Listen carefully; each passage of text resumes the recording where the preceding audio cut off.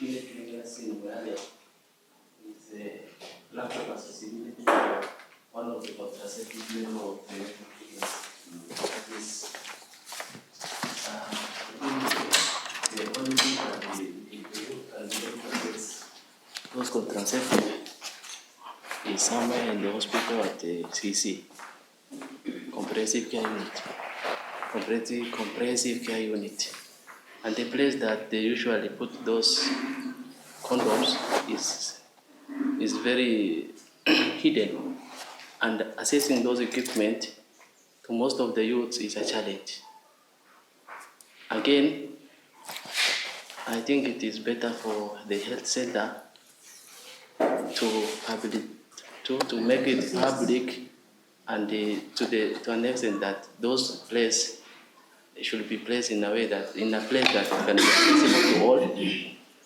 And the funny thing about it is that most of the youths in those rural areas, even using those things is a challenge. They don't know how to use those things. So I think it is good for the health sector to create awareness, to do civic education on the use of those equipment. Thank you. To say something. Yes. My point is on a peer pressure. Like it's contribute to early marriages because most of our kids when you were secondary side wako na ile mkabati ile mbaya when you washakuwa drop out of school na wao ndio they show the way. So walikuwa na ile influences like, and actually especially when they are in secondary kuna ile unakuwa na high peer pressure. Yes, that's what na kwa points zake, like for example hizo contraceptive pills nasikianga hadi inapatikana kwa pharmacy inauzwa town. Okay. Is it like inaizwa kuna venye inaweza katazwa like hiyo wasipate kuzwa kwa pharmacy, by the way it is easier to get in pharmacy, the private one, than getting it in dispensary and hospital. Yeah. Because I think on that point of kuzwa kwa pharmacy, I can say that I think there's no confidentiality in the health facilities. Like ukienda kuuliza like mtu akupatie, I think, don't judge me. It's quite easier for you to access the contraceptive in the hospital rather than in private whatever. Maybe, I don't know, from I'm not a health person, you need to do a easy markets and whatever. But I think after hizi madawa zinatumika, lazima there should be some limit to how much you need to use it. Kama chakula. Yeah. If you overeat, si mbo kwa nini? Most of the advanced countries, there's regulation around how you sell those contraceptives, even medical drugs are useful, and the antibiotics one. You see, a young child can be able to go to the clinic, not to the clinic, but to the pharmacies and buy. And those sellers can also to build up their information. But if you look at the medical ethics, you need to sell the drug to the customer with information. Yeah, and how to use, whether it is recommended and all those information. But in Moyale, in also hiyo box mzima inaisha, tukileta start mbili na week is gone, and where is it going to the bodies of then on drugs hiyo, na pia if you go back to the root causes, there was policy through the Ministry of Education where walikuwa wafanye operationalize the sex education. It was part of the curriculum. I don't know what think that will contribute because these young children in school have no very education about how their body develops and the early sexual contact and sexual intercourse. So that issue also is long term because once I think that curriculum is introduced and being operation will help a lot because they will get to learn.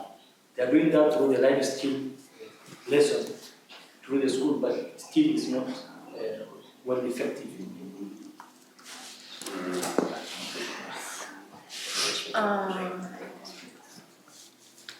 With your permission, Mr. Speaker, sir.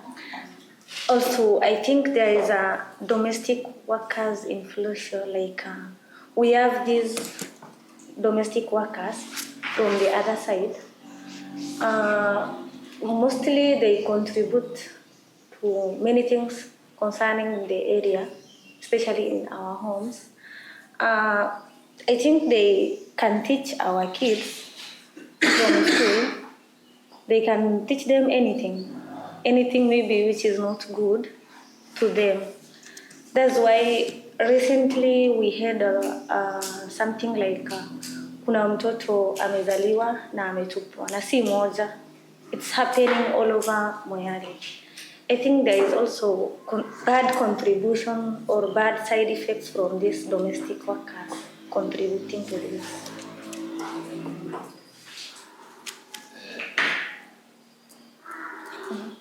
Good speaker. The other factors that contribute this sexual reproductive health right, this is the harmful cultural practices that we are practicing. The one of like now FGM also lead to death some of our young sisters. Because when we have this practical of FGM, inawezaleta shida kwa wasichana wetu in one way or another. The other issue of the forced marriage. This issue of early marriage and the forced marriage. It's a forced marriage in Malaysia.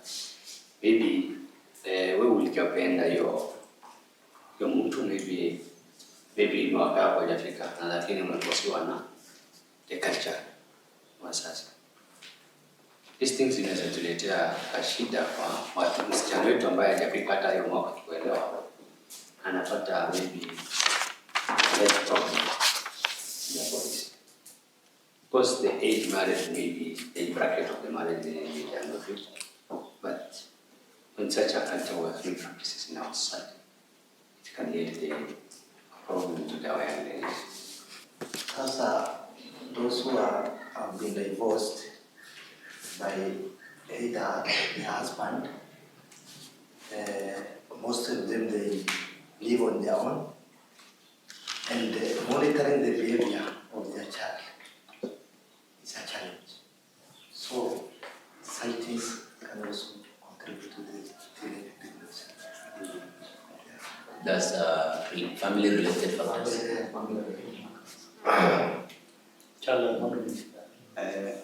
Speaker, there is sexual violence and coercion. You know, a significant number of early pregnancies happen as a result of sexual violence, like coercion, manipulation.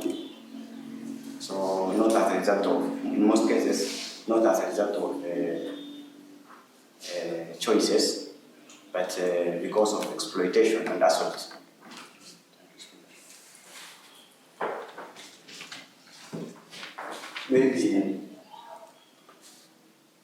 Maybe can someone share if there is some examples on what our brother said?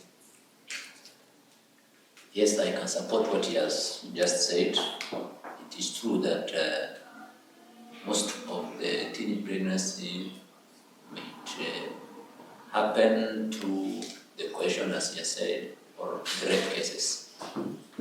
For example,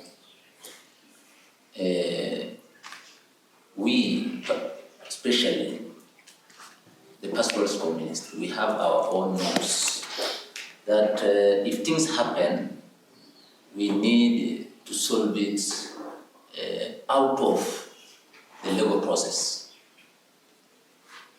Tuseme kijana ya mzee fulani ametendea mambo mbaya kwa msichana mzee fulani. The first thing that they can do is to stop the legal process. Ndio waongee kama wazee. Sasa wakiongea kama wazee, hiyo suluhisho, they make their own judgments and decisions. Now, that gives a room for the occurrence of the same things to happen. Kwa sababu, if the kijana A was not taken action against him by the law, wazee wao wamekuja kusulishwa maneno, then the kijana B will do the same tomorrow because he will not be taken to anywhere. Kwa sababu there are some elders who protects that virtue. So they hide, they do things hiding under the community customs of solving something if it happens. Kando ya miti. So we have that barrier. If the process were to take it legally, hiyo ingekuwa mafunzo kwa wengine. But we lack that gap. There's that gap. If action be taken under the Kenyan Constitution, it clearly states that if someone akose msichana, kuna mwaka anafaa kufungwa, tuseme 15 years. Now, if a person jailed for 15 years, sasa mwingine labda alikuwa na hiyo nia, hezi fanya makosa. Because there is harsh action of law there. So, what you are saying is? Yes. On top of it, it is how, like I said before, our community policy, our policy is, because most of the cases, Africa policy, but again, the community will come and withdraw the cases back to the community. Then they will sit down, solve the issue. When wamefanya head case na hiyo zote, utaambiwa walipe 2-3 cows, then your case inapotea. But the constitution clearly states that there are criminal offences which cannot be negotiated through the ADR system.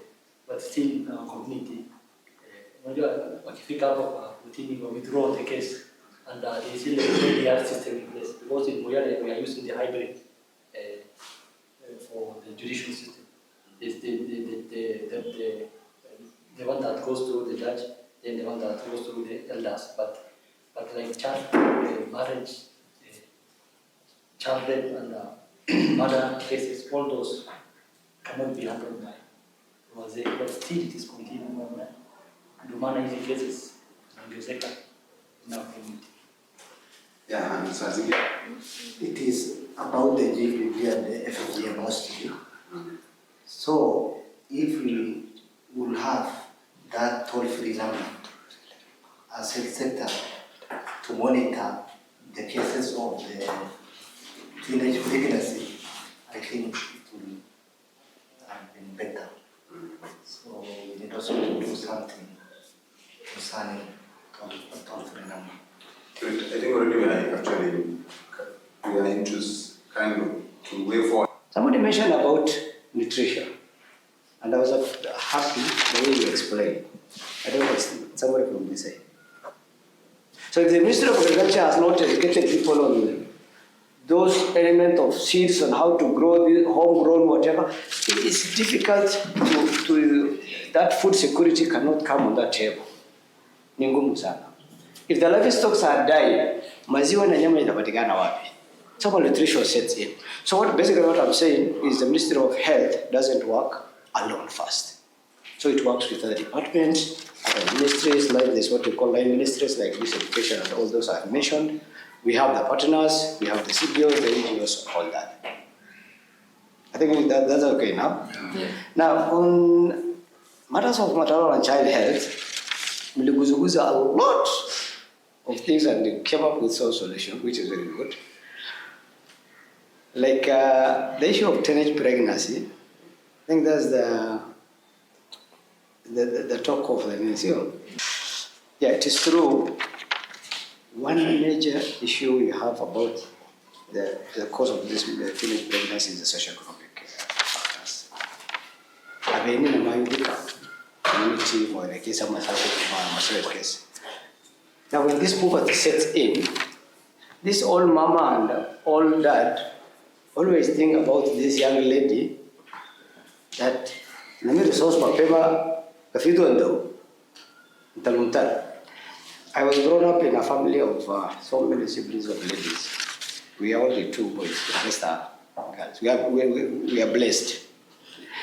But my mom, when I was very young, she used to say, don't know story. So I was like, is she at this Asturki? Is it because of she want to educate the kids? Or she is thinking of how to marry them off? Later I realized the Asturki she has been talking about is not taking these young girls to university and then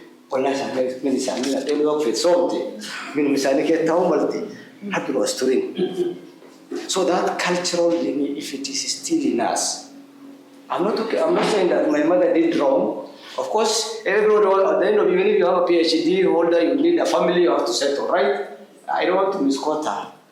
But what I'm saying is at that young age, my grandmother and our grandmothers are thinking of that line that they have that fear that these kids might be spoiled by some other culprit. That's the fear. That's what I've come to realize.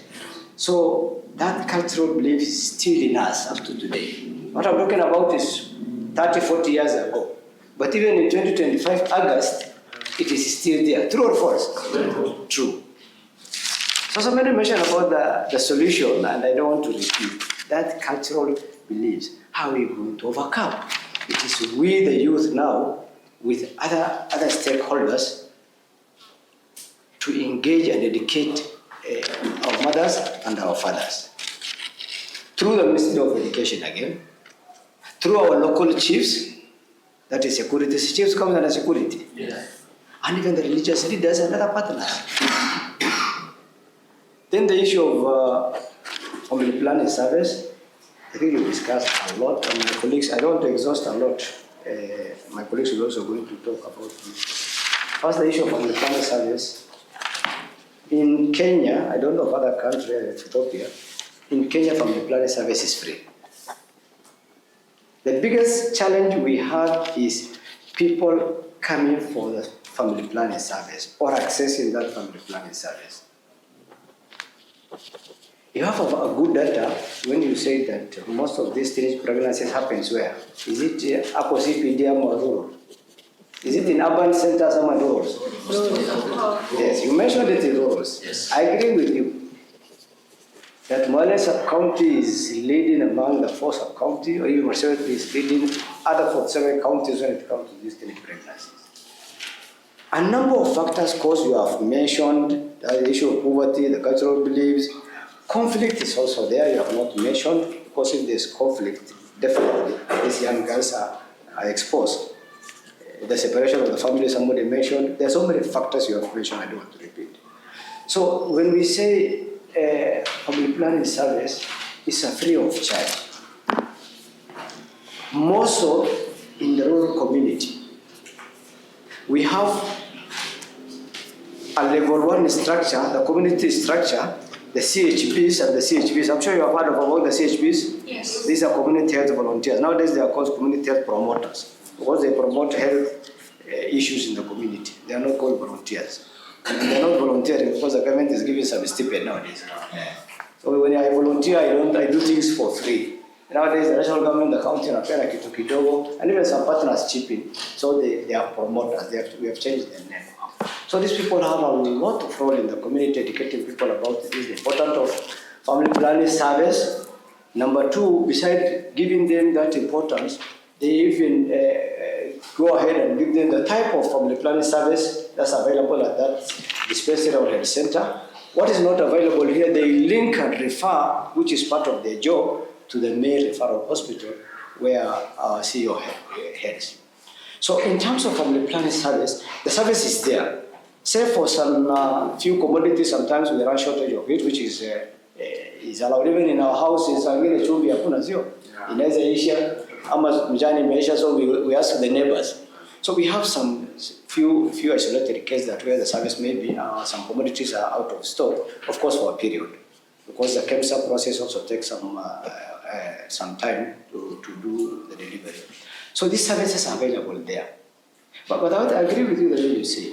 Besides people are aware of this service at the dispensary health center and referral hospital, we still opt to go where? To the private hospital. To the private, see, or even to the chemist. Even in private facilities, we give the same service, but people do what we call over the counter. And that is the biggest challenge we have, especially in Moyale Sub-county. If you do things over the counter, maybe you're encountering this person, a layman, not even a health professional. Sometimes, the person who is there at that pharmacy doesn't have even sometimes a health professional. Maybe it's my cousin's sister, I'm buying this idea, and I'm engaged somewhere else. So the person who is giving you this service is a layman like me, who doesn't understand the side effect of this drug, who doesn't understand the mechanism and the more mechanism of working this drug. How does this drug function? In case she experiences some side effect, she doesn't or he doesn't go and explain to her where to refer. So these side effects now keep on hunting us when we do this over the counter. This is the major we have in this Moyale Sub-county. Not even in Sabo, Upper Moyale. Have you counted the number of chemists from other Paka? Some are not even registered. 75% of them are not even registered. They are meaning they are managed by hawkers, just by laymen.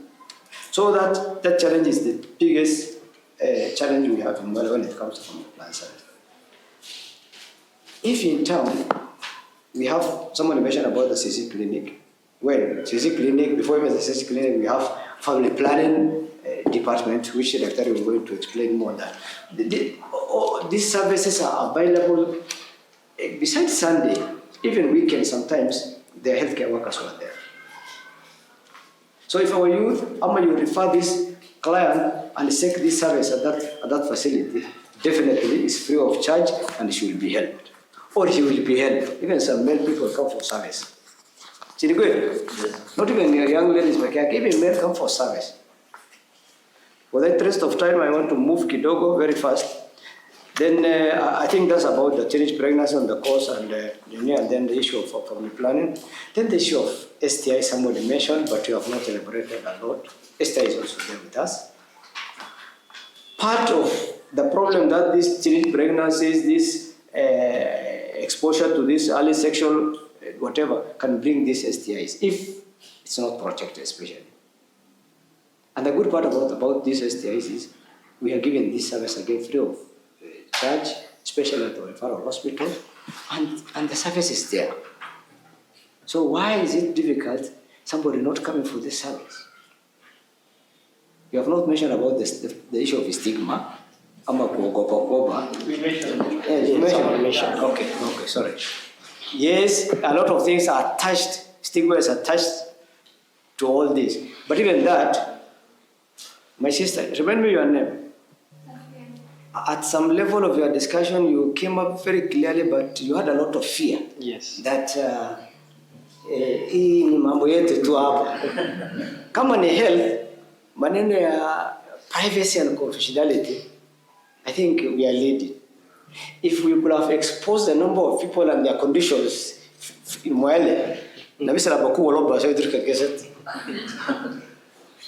so if people are coming for service, we usually have, I deal with you individually. Even if you come with your sister or your Ibrahim with the secretary, me, I deal with you. Even I deal with you and your file is locked. So whatever we say here, first, don't usiogope. It is ours here, and we can assure you that when it comes to that confidentiality, we are leading. So that confidentiality and is there, but besides that, people are not coming for this service, especially the youth. They are not coming for this service. I'm sure Dr. has some statistics on that. If you look at the number of cases of STIs coming from the government hospital vis-a-vis what is happening in the facility, ni private facility, unaona ya private facility ndio iko mingi sana. People have still a lot of fear about the government facility, but we are more confidential when it comes to giving that service. But people are doing it vice versa, and also they are paying for it now for free. So maybe on that you'll also go back and see how you are going to overcome. It's an assignment I want to give you that. Yes, through the speaker. Good. Allow me to register my appreciation first. I love what I'm seeing. If this is the replica of our society, we are heading somewhere. But kama nyinyi tu ndio cream de la cream na ampeleki huko nyuma, hakuna pahali tunaenda. But I like what I'm seeing and I'm very happy. There are 2 points. One is a controversial one and the other one he has alluded to, but nitaguzia tu bado. The first one is whatever we talk about is multi-sectoral. And it's something that will take some time. Iishe kwa society yetu. So have that on the back of your mind. As you even look for a problem, to solve these problems, know that this thing is multi-sectoral. He has explained in detail how the security will come in, how agriculture will come in, how the social culture department will come in, and everything. Just have that at the back of your mind. And then, tumetoka mbali. I'm sure if there were statistics for teenage pregnancy earlier, wakati wa mababa zetu ama mama zetu, ingekuwa almost 100%. Yarole tenduri ganda mtukuda. So with time we are progressing. So this thing is not a short-term issue. It will be a long-term issue. Though maybe we'll see how we can accelerate. So have that on the back of your mind. Number 2, there is an issue of our religion. This is a controversial one, but don't judge me on this, as Safia is saying. You know, for example, si mimi nisha hapo, this idea of the religion and the fact. Nuch of the Jarmizetin, Uja Islam, Uja Kristana, Amo, culture link and written. Amma blending the two, the culture, the religion, and what the world is expecting or where the world is going in a collide kidogo. Because like mimi sasa, my culture is Islam. That's what I think I'm trying to practice. But now Islam is a bit mum when it comes to teenage pregnancy. I'm not conclusively saying that, but wananyamazia kidogo. Sindio? For example, the definition of teenage pregnancy is below 19. Yes. And at in Islam world, of which majority of us are so they are a bit wananyamazia. So dealing with this is an issue. Go to culture. Our culture, they don't prohibit this thing. It's another gray area that we need to tackle. The religious, or rather wazee pia elders, need to come out aggressively, the way they have done it in North Horr, nimeona. They have gone to YA system, wamesema mambo FGM, nimeona pia on the other side, the gather system, talked about it. So we need to strengthen on that. I'm not talking about the solution, but these are multi-sectoral, and there's that area of controversial area of religion and cultural practices. Having said that, we know that we've agreed. I love how you articulate on this issue. Unajua sana.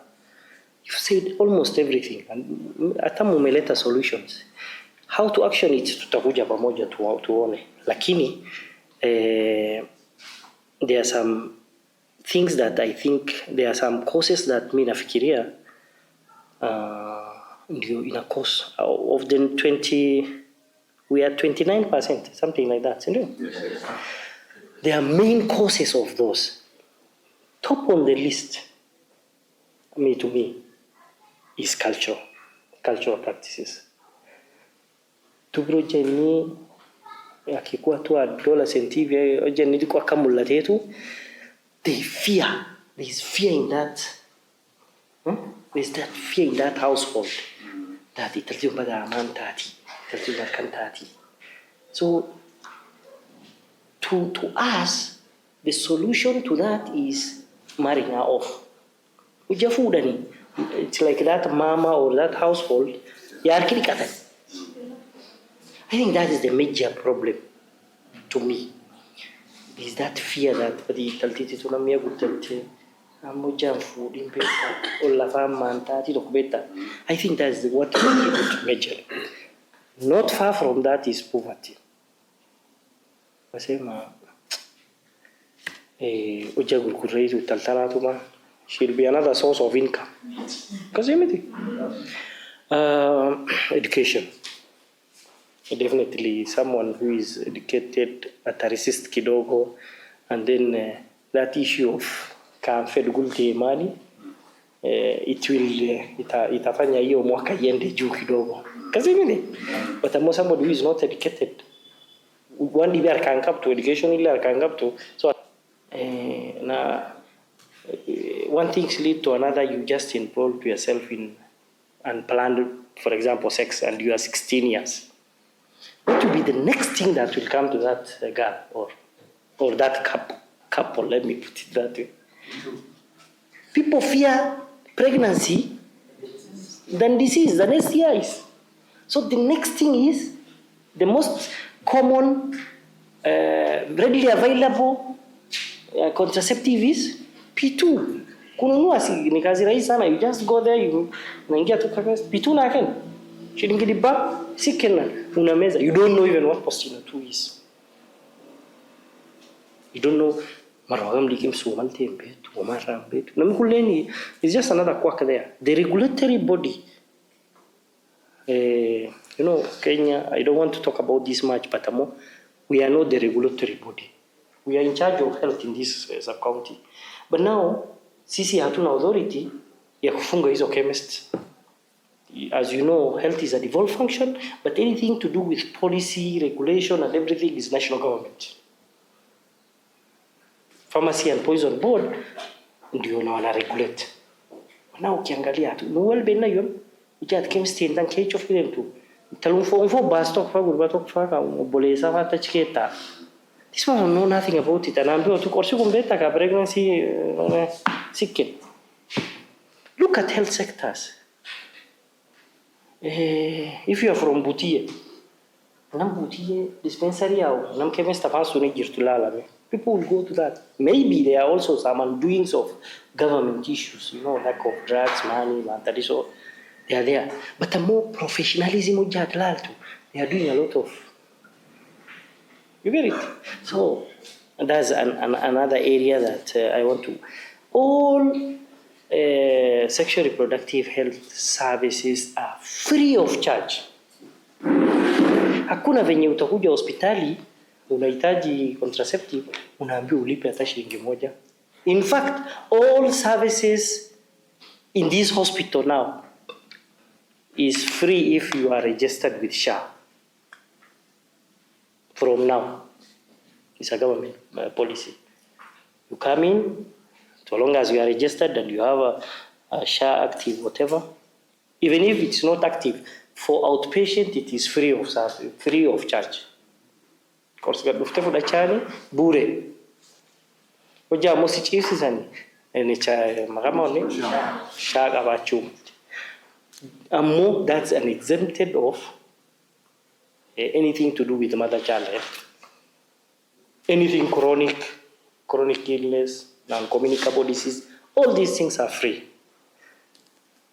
She ojo free algatar wan lega du brabado. Sinivio. Now that we are talking about contraceptive, we have almost all contraceptive, though there can be some stockouts. They are free.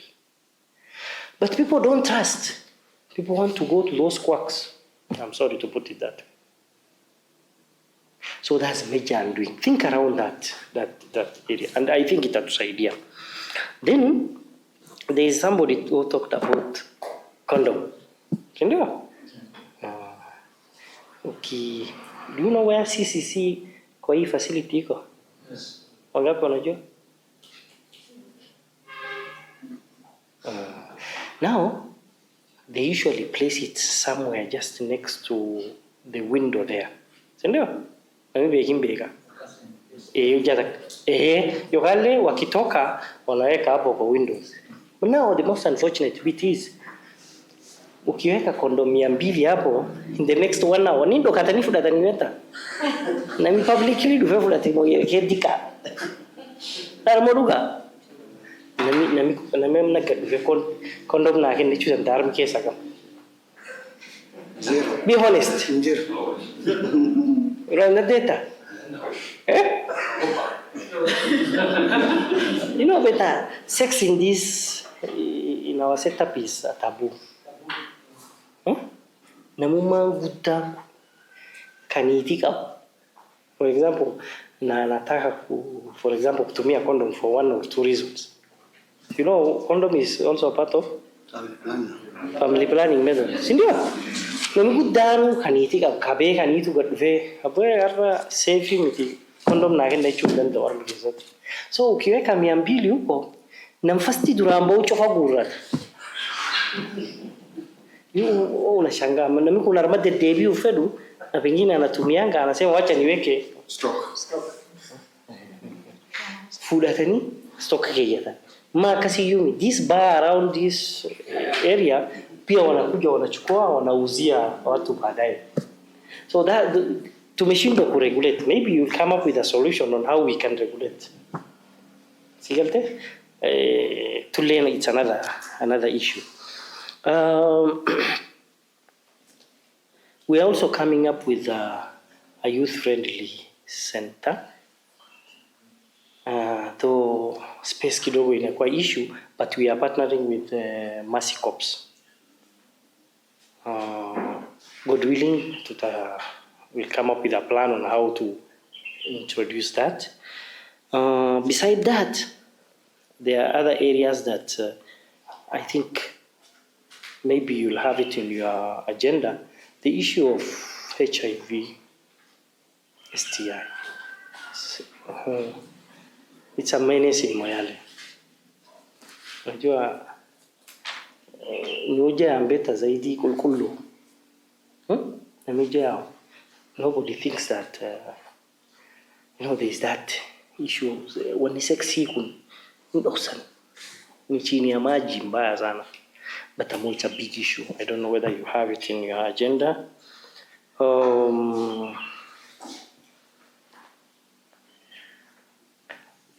Pap smear, cervical cancer screening. Our people are not coming for those services. Even HPV vaccination, yenye tunapewa watoto kati ya miaka 13. We are not actively in this. This is another component that you need to look at. A Ministry of Health support, Ministry of Hygiene. It's another area that you need to also have it.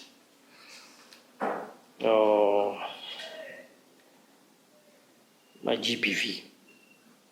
Also have that one at the back of your mind. Thank you very much for the good discussion. Of course, being the last speaker, I may have very few to say, unless I repeat everything. Sindio? If I may discuss a few things, kuna msemo unasema, if you don't change, will change. Unasema nini? The change will change you. I think as a community, we did not change with the change. It's now the change which is changing us, obviously negatively.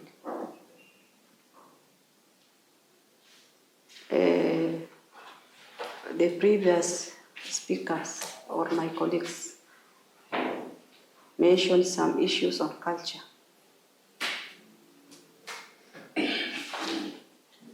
Mainly where we've been some years back in terms of reproductive health. We have not moved much. We are where we were. And now the change is coming, or has come. It has started changing us. The culture. For the young ladies who are here, ni wangapi wa mama wao or their mothers talk to them about this issue? Kuna mama amewahi kukukalisha kuambie, my daughter, si sasa umeanza menses. Now that you've started your menses, do you know you are now a grown-up woman? Kuna mama amewahi tuongelesha? The ladies. Are there any mothers ambaye amewahi kukuongelesha? Hawajui. But they know their menses is there. Si wanajua?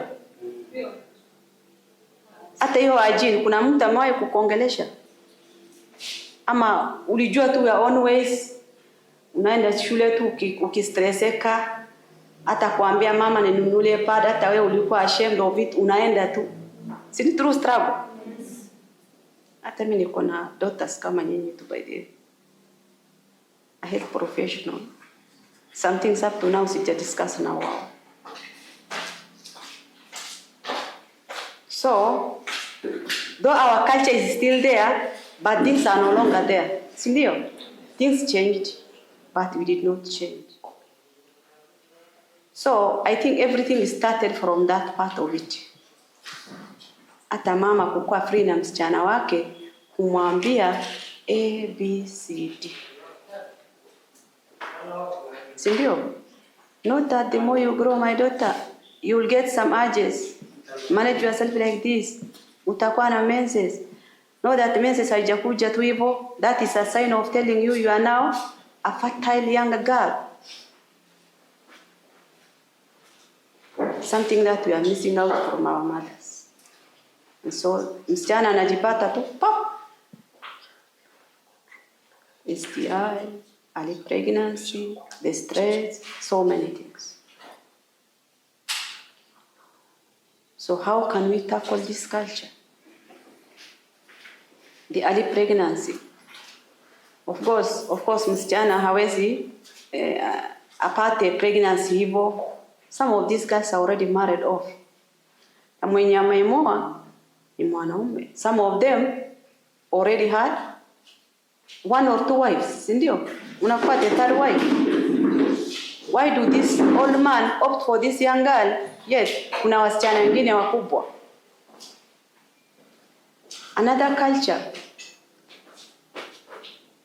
I don't know why men even prefer class 8 girl than a graduate. Ni mliona? Why is it like that, by the way? Kwani wasichana wenye wamesoma sana wanakosa bambwana? That is a question to men.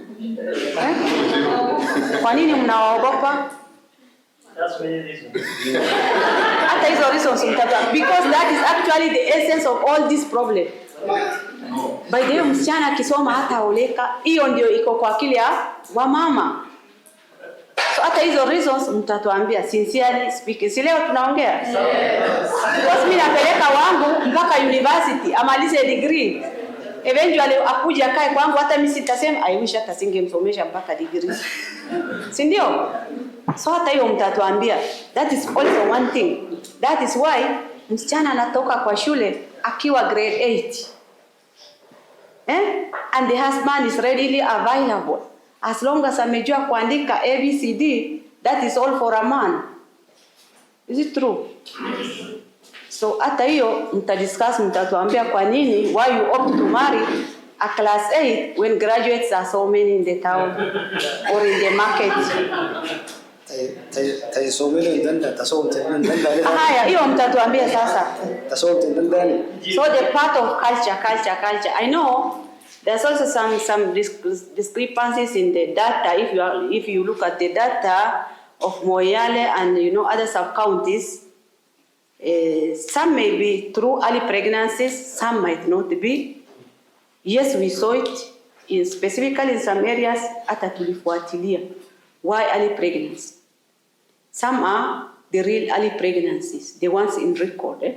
Mkienda kwa record the KHIS or the DHIS. But for some, might not be true one, because also women, they tend to hide the age. Si mnajua hivyo? As old as I am, ukiniuliza sasa nitasema I'm 30. I'm 22. 23, okay. So for those ones in 20s, they can say I'm 18, 19. Si watu wanasema mwanaume usimuulize bank balance? Yes. Lakini mwanamke usimuulize nini? The age. So the issue of age somehow is also there for the ones in the record, but yes, in our the real setup, tunajua there are early marriages. They are married off at early age. There are some these NGOs walifuatilia in Golbo, in the World Vision. Already, if a girl is married off, mama ashamfunza everything. Ukiulizwa sema hivi. So hata msichana hata akipatikana, the lady herself hata kubali kurudi shule because ashaambiwa na mama yake. We had a case scenario somewhere near Avallo. Walifuatilia sana wakashinda wakacha. Yes, we know we have such cases. Still these mothers or this community need to be, tuwaambie vizuri. You as a representative, najua sasa kuna mtu kutoka Golbo ama? Sindio? Yes. So we need to discuss many things with these people, this community, for us to get this change. We are also struggling. Kuna siku hata tunaulizwa explain why there's this number of early pregnancies in Bori. Si ilikuwa Bori that time. We had to tulisema mpaka hata tulisema if a mother comes for the first visit and see alete ID tuangalie if that is the real age or not. Hata sisi tuna struggle, msione tuko sawa, tunaulizwa. But the solution is with us who are in those communities. What are we going to do? Now it is happening. What are we going to do? Maybe the solution ni hiyo yenu sasa. Kwa nini mnapenda wasichana wadogo? Kwa nini mnawapenda wenye hawajasoma? The problem is there. There's something that is making that mother apeane huyu mtoto at grade 8. Wanangoja tu akifika class 7, class 8 ndio wanapelekwa. Wow, this mother lazima kuna kitu, and we need to clear that for us to proceed. Sindio? Another thing, early pregnancies. There is some bit of lack of information on even contraception. Maybe the information that these young people are getting is only through what can I use to prevent pregnancy. Ukiuliza sitakwambia tu, na unaenda unauliza emergency pills. And usually emergency pills are usually sold highly during holidays, August holiday, especially December holiday. So when you're in nursing home zote wana stock hivi before school closes, meaning the customers ni nakina nani? Wenye walifungwa sasa wakiachiliwa hivi. Haya, customers are there that time. So, but according to the father, anafikiria huyu msichana wangu ataguswa mpaka ile siku anaoleka. Ile change tunasema, they are still wako tu hapo. The change has already come. Huyu msichana ashajua vitu mingi. Wazazi bado wako penye walikuwa. So, there is some bit of lack of information. Not ukikutana na mwanaume, you are exposed to pregnancy, exposed to STI, several other things. So do these girls get information? The information is supposed to be given in a hospital setup, penye mention if a youth friendly center is there, ingesaidia youth sana. Somebody mentioned about confidentiality. I think the problem in our health facility is not confidentiality, no. I think comparing us with nursing homes or private facilities, no. The confidentiality is there. But how free is this young man, this young lady, going to sit in a line? Na auntie yake yako hapo, there is a neighbor there, there is another one anajua huko, hata akikaa hivi, otoa kuna mtu atasema chochote, atasema sasa fulani ameniona, itafanya aje? We mama fulani yako hapa, si ataenda kuambia mama yangu. So unapotea tu, hata kama if there is at all, kama kuna mmoja amekuja, hata kaa kwa hiyo line. Si ndio? Of which kama kuna a set aside youth friendly center, it could have solved the problem. Kuna mchezo mpira iko hapo, kuna vitu hapo, hata ukiingia nobody knows whatever you came for. And hata wenye wamekuja wote hapo kwa hiyo room ni rika yako. Si ndio? So maybe the problem is not as per the confidentiality ile ulisema. It is even very hard for that young girl kwenda kwa hiyo clinic, hata other mothers are lining up for the same services. Si ndio? Imagine mtu amechukua oath. Unajua healthcare workers wana swear by the way. That you are going to uphold this and this, including confidentiality. And then think of a nursing home, penye mtu anauza ni form 4 liver, hata hajui anything about health. It's very hard for me to expose somebody's status to even the husband. The law says, unless a man and a woman, or a wife and a husband comes together, ni cancel a mother at ANC na kwe na HIV.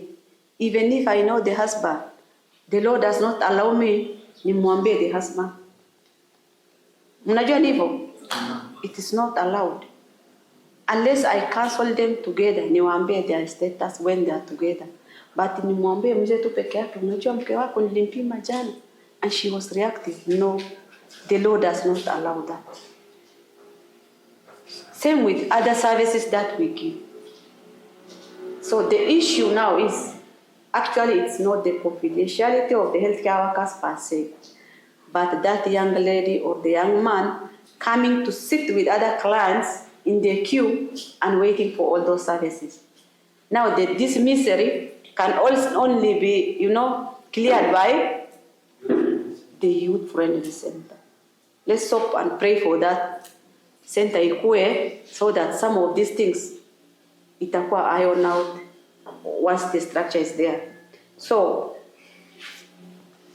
family planning uptake, even for the other population, is very low. So you are mentioning the rural what. Though the problem is also in the urban centers, we have what we call outreaches, reaching hard to reach areas. Yes, the facilities there in Avala, but the other areas which cannot be reached. Yes, there's a facility in Kinisa, but the other areas where the community usually crack to reach these facilities. We even have outreaches, which is reaching hard to reach facilities, and we carry some of these commodities. Leave alone youths, even mothers, getting those family planning services, very low for Moyale Sub-county. I don't know if it's the religion. I don't know if it is still the lack of information, but the uptake of family planning generally is very low. So kama hata mama yako mwenyewe hawezi anaenda for the service, do you expect the girl to go for it? No. So still, we are educating mothers, we are educating the population on the same. Of course, there might not be a campaign, a family plan. Somebody said the focus is usually on immunization, immunizable diseases like COVID, HPV, blah, blah. Sindio? Of which hata hizo iko na resistance yake, yeye anajua. I think mostly tunamuengage. Even giving HPV to a girl to prevent cervical cancer. Even giving the last one ilikuwa ni typhoid vaccines. Nini ingine? Measles. Zilikuwa juzi tu. How many mothers do you think agreed? Because they relate everything to family planning. Si wanasema hivyo? That is actually why they refuse. No, huyu mtoto wangu anapewa family planning. HPV. So even other vaccines are related to family planning. So today if we get a partner, because tukiomba za hii partner atapatikana. But tukisema tubebe madawa depo other vaccines ya family planning, tuseme tunapeana family planning, you think how many mothers do agree? Ni family wangapi wanakubali? Not even few, none. Kama mama hata measles vaccine yenyewe wana relate na family planning. Sasa ni bebe family planning hivi peke yake niende? Do you think it will be successful? No. So I think also you as youths, there is a role that you need to play to educate our mothers. We usually tell them, mtoto mtu anafaa kupata ile kiasi unaweza kumlea, kumsomesha. You know? Every other basically huyu mtoto anafaa kupata. But because of that, sasa hii tunagangana na kupeana maplampenem. Kwa nini? Why do we give plampenem? Kwa nini mtoto anakuwa malnourished? Wezi mlisha? Si ndivyo? The child is not sick. It's that you are not able to that upkeep ya huyu mtoto hukuwa unaweza.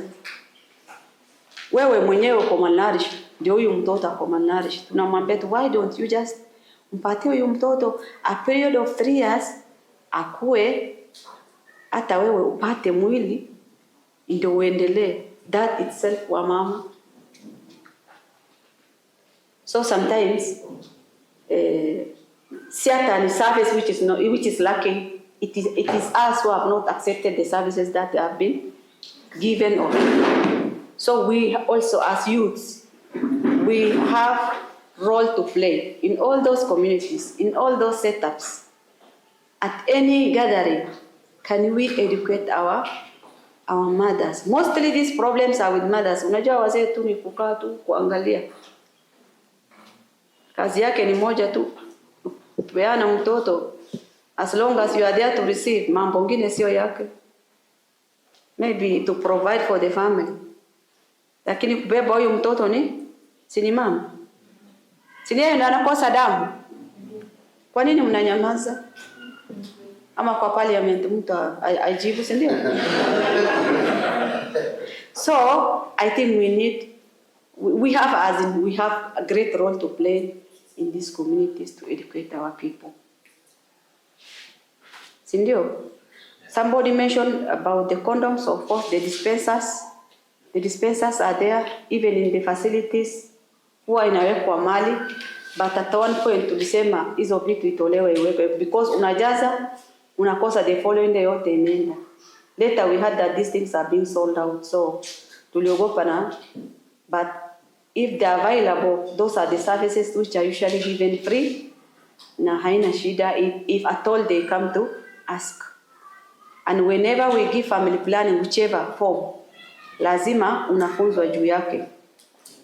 How it is being used even for condoms, if it is a healthcare worker ambaye ako huko, and you are free to ask, really, if you are asked that healthcare worker, wewe mwenyewe usimuogope ukimuuliza, they can be taught how to use it, because usually they shy off. According to reproductive sexual right, a man or a woman, kama umefika hiyo age, you are supposed to get also the family planning methods like any other. Wewe ni kufunzwa tu juu yake. Hata kama msichana wa fulani akuje, my work is not kuuliza unahitaji nini kitu, kwa nini unataka? Wewe ni msichana, kwa nini umekujia? Kuna sometimes back hata healthcare workers walikuwa na hiyo mentality, but of late washafunzwa. So ukikujia that family planning, you've already set your mind. Whether I give you or not, utafanya kile unataka kufanya. If you wanted protection, utapewa. Kama unataka also family planning, unafaa kupata. That's the right, one of the rights that you are supposed to enjoy. But the issue is, do you even come, or you just go for emergency pills? That is a question. Because there are some few things that somebody needs to be educated on before you are given a method. But if you go to private facilities, ni kama duka, whatever you ask for is whatever you are given, without any education. So I think it is ideal, whether we have the commodity in the facility or not, kwanza ukutane na healthcare worker, you are given an advice. If you are free, with them to go there.